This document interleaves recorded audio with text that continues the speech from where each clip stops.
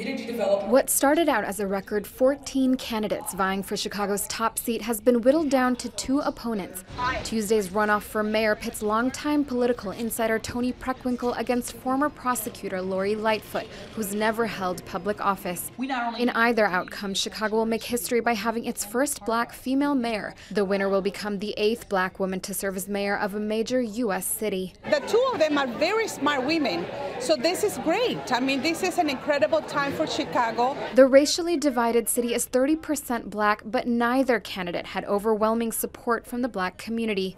Political consultant DELMARIE COBB said there's a sense of hopelessness in predominantly black neighborhoods on the city's south and west sides. And you can't help but feel that the city and the city leaders have turned their backs on you.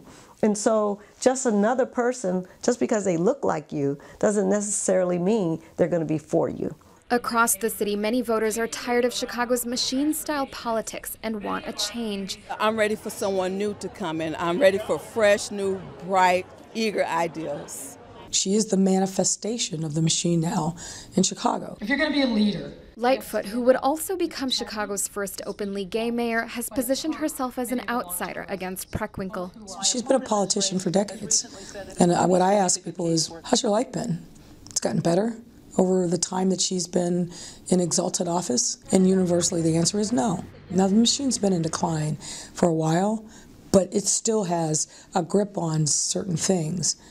This is our opportunity to send it to its grave once and for all. No, the machine is not going to die that quickly. The big law firms are supporting her. The Republicans are supporting her. Big business is supporting her. Those are all the machine. And so the machine is going to be all up in the administration. So the idea that this is it and we finally killed the machine and death to the machine, it's not going to happen. Lightfoot has faced criticism of her time leading police oversight boards in Chicago from activists who say she has sided too often with police. Meanwhile, PRECKWINKLE isn't shying away from talking about her experience in office. I was an alderman for 19 years, working to rebuild and revitalize communities.